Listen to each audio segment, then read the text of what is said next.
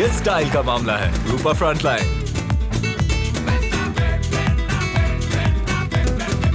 लोकसभा द्वारा वक्फ विधेयक 2025 पारित किए जाने के बाद सरकार द्वारा इसे आज गुरुवार को राज्यसभा में पेश किया जाएगा। लोकसभा में विधेयक पर 12 घंटे से अधिक समय तक गहन चर्चा हुई, जो बुधवार दोपहर से शुरू होकर गुरुवार तड़के तक जारी रही। वक्फ विधेयक पक्ष में 288 और विपक्ष में 232 मतों से पारित हुआ। वहीं बता दें, वक्फ विधेयक पारित होने के अलावा निचले सदन द्वारा मणिपुर में राष्ट्रपति शासन की पुष्टि करते हुए एक प्रस्ताव पारित किया गया। गुरुवार की कार्यसूची के अनुसार केंद्रीय गृह मंत्री अमित शाह मणिपुर में राष्ट्रपति शासन लागू करने की पुष्टि करते हुए राज्यसभा में वैधानिक प्रस्ताव करेंगे। गृह मंत्री शाह निम्न प्रस्ताव पेश करेंगे कि यह सदन मणिपुर राज्य के संबंध में संविधान के अनुच्छेद 356(1) के तहत 13 फरवरी 2025 को राष्ट्रपति द्वारा जारी उद्घोषणा को मंजूरी देता है।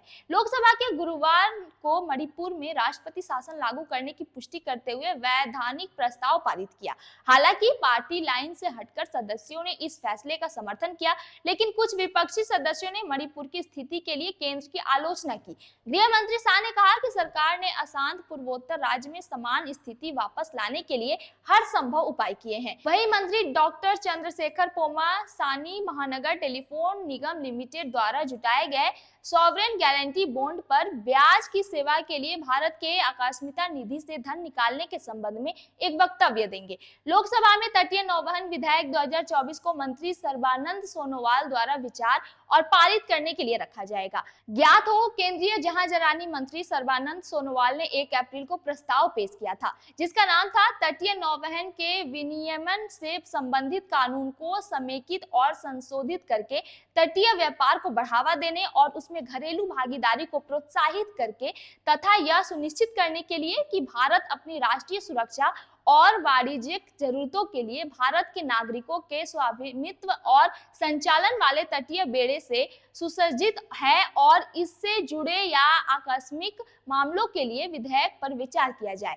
वहीं मंत्री राममोहन नायडू किंजरापू विमान